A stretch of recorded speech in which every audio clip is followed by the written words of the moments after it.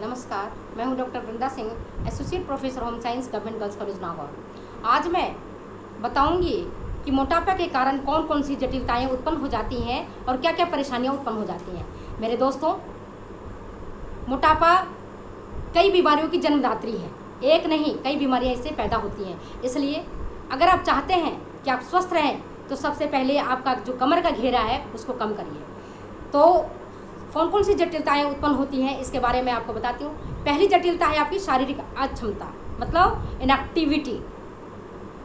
आप फिजिकल काम करने में परेशानी अनुभव करते हैं, उठना बैठना परेशान सा लगता है, दौड़ करके हम काम नहीं कर सकते हैं, चल नहीं सकते हैं, फिर नहीं सकते हैं, क्योंकि उनके जो सामान्य संरचना है हाथ पैरों की वो तो सामान्य व्यक्ति की तरह ही होता है, लेकिन शरीर भार अधिक होता है।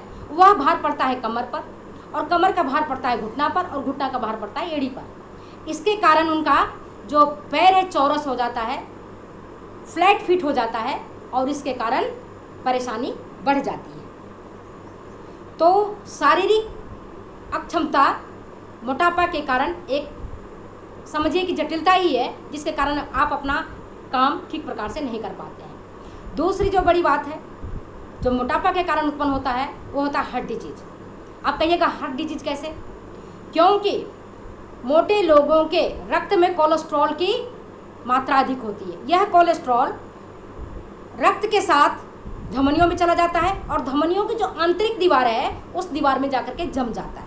इसके कारण रक्त परिसंचरण की क्रिया ठीक प्रकार से नहीं हो पाती है, बाधित होती है, और वो फिर ब्लॉकेज कई बार पैदा कर देती है। और हार्ट तक ब्लड अगर नहीं पहुंचता है, लंग्स तक नहीं पहुंच पाता है, तो फिर परेशानी हो जाती है, हार्ट स्ट्रोक होने की संभावना होती है, मतलब हृदयाघात हो जाता है। मोटे व्यक्ति में आप देखोगे हार्ट डिजीज सबसे ज़्यादा देखने को मिलती है।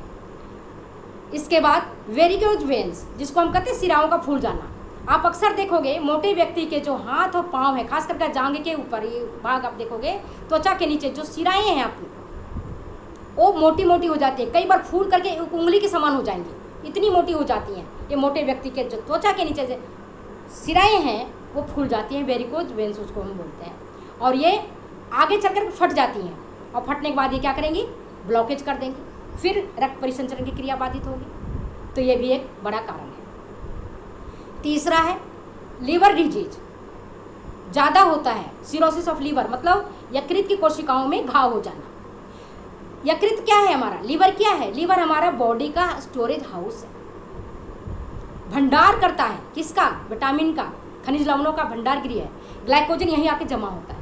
तो लीवर जितना काम करता है उससे अधिक लीवर को काम करना पड़ता है, क्योंकि जब हम ज़्यादा मात्रा में भोजन ग्रहण करते हैं तो जितनी ग्लूकोज हमारी बॉडी में चाहिए उतना तो हमें मिल जाता है, शेष को ग्लाइकोजन के रूप में कन्वर्ट हो जाता है हमारा लीवर में, और उसके बावजूद भी बचा रहता है तो त्वचा के नीचे हमारा एडिपोज टिश्यू के रूप में जाकर के जमा हो जाता है। ठीक, तो अब आप ये देखते हैं कि हमारा लीवर में इतनी जगह नहीं होती है, ओवरफ्लो हो जाता है लीवर, तो धीरे धीरे धीरे धीरे लीवर की जो कोशिकाएं हैं वो फैटी हो जाती है, मतलब उसमें वसा का जमा हो जाता है, और अब उनमें संग्रहण की क्षमता नहीं होती है। जब संग्रहण की क्षमता नहीं होगी तो लीवर काम नहीं करेगा। लीवर जब काम नहीं करेगा तो इसका प्रभाव आपकी किडनी पर पड़ेगा, और जब किडनी का पर प्रभाव पड़ेगा, किडनी ठीक प्रकार से फिल्टरेशन की क्रिया नहीं कर पाएगा, ब्लड में अशुद्धियाँ रहेंगी, तो जा करके दूसरे सारे ऑर्गन्स को डैमेज करेंगे।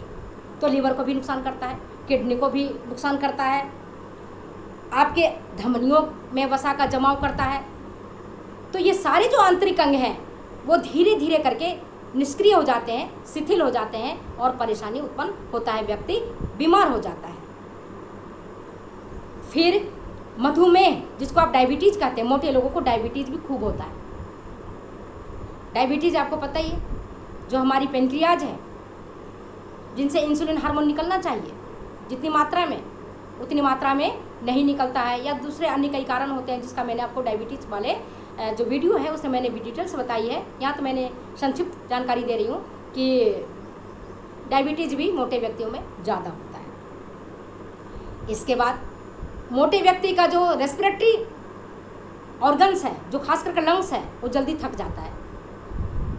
जब मोटे व्यक्ति, आप खुद देखो, अनुभव करो, मोटे व्यक्ति ज़्यादा तेज चल नहीं सकता है, दौड़ नहीं सकता है, सीढ़ी उतर और चढ़ नहीं सकता है। अगर सीढ़ी उतरेगा चढ़ेगा तो उसे हाँफ छूटने लगती है। हाँफ क्यों छूटता है? क्योंकि उसमें उसके बॉडी को ज़्यादा ऑक्सीजन चाहिए और बाहर तेज तेज सांस लेनी पड़ती है, तेज तेज सांस छोड़नी पड़ती है, और इस क्रिया में हार्ट और लंग्स दोनों को बहुत ज़्यादा काम करना पड़ता है। तो उनका लंग्स भी जल्दी से जल्दी थक जाता है, मतलब वो भी इनएक्टिव होने लगता है। इसके बाद जो स्त्री, जो लड़की अगर मोटी है तो उसको प्रसव के दौरान काफ़ी कष्ट होते हैं, टॉक्सीमिया हो जाता है जिसको हम गर्भकालीन विषाक्तता कहते हैं, और उस दौरान उसको पूरे 9 महीने में कई जटिलताएं हो जाती हैं, जिसके कारण उस लेडीज़ का जान का खतरा भी हो जाता है, उसकी डेथ भी हो सकती है, और उसका नॉर्मल डिलीवरी नहीं हो सकता है, उसे सिजेरियन कराना पड़ता है। तो ये भी एक बहुत बड़ा कारण है आपके इसके बढ़ने के कारण, मतलब ओबेसिटी के कारण, वजन बढ़ने के कारण। एक संवेगात्मक, जो आप खुद ही एहसास करते हो कि जो मोटे व्यक्ति होते हैं उनको कहीं जाने में आने में उनको लगता है कि यार लोग मेरे बारे में क्या कहेंगे, मेरा तो बहुत ओवरवेट है। अगर मैं छोटी सी मोपेड पर बैठ रहा हूँ या स्कूटर पर बैठ रहा हूँ तो दूसरे 2 लोग हंसेंगे कि देखो कितना मोटा व्यक्ति है और एक छोटी से स्कूटर पर बैठा हुआ है। तो उनको भी एक परेशानी होती है, संवेगात्मक तनाव होता है, वो भी एक प्रकार की उनको चिंता हो जाती है, उद्विग्नता हो जाती है। तो इस पर भी हमें काबू पाया जाना चाहिए। इसके बाद आप देखते हो मोटे व्यक्ति में, जो मैंने आपको बताया कि इंटरनल ऑर्गन्स थोड़ी परेशान तो होते हैं, निष्क्रिय हो जाते हैं, शिथिल हो जाते हैं, और उनकी लाइफ एक्सपेक्टेंसी कम हो जाता है। अगर व्यक्ति मोटा है तो अगर उसका शारीरिक वजन उसके जितनी वजन होना चाहिए उससे अगर उसका वजन 40% या 50% अधिक है तो सोचिए उनकी जो लाइफ एक्सपेक्टेंसी है उतना ही अधिक कम हो जाता है, और जो आपको मैंने बताया जीवन प्रत्याशा कम होने से मृत्यु की ओर व्यक्ति जाता है। इसलिए मेरा आप लोगों से आग्रह है कि आप मोटापा पर कंट्रोल करिए, काबू करिए, अपने भोजन के माध्यम से, अपने खान पान के माध्यम से, अपने दिनचर्या के माध्यम से, जीवन शैली के माध्यम से, एक्सरसाइज करके आप इसे कंट्रोल कर सकते हैं, अधिक पानी पी करके कंट्रोल कर सकते हैं, कम वसा युक्त भोजन ग्रहण करके कम कंट्रोल कर सकते हैं। इस प्रकार से अगर आप कंट्रोल करेंगे तो कई सारी जो आपको मैंने बताया वाइटल ऑर्गन्स के जो फेलियर होने की चांसेज है वो कम हो जाएगी, और आप स्वस्थ जीवन जिएंगे, चुस्त दुरुस्त रहेंगे, और अपने कार्यों को भी खूब अच्छे तरीके से कर सकेंगे। नमस्कार, धन्यवाद। अगर ये वीडियो आपको अच्छी लगी है तो ज़रूर आप शेयर करें, कमेंट करें, सब्सक्राइब करें। नमस्कार, धन्यवाद।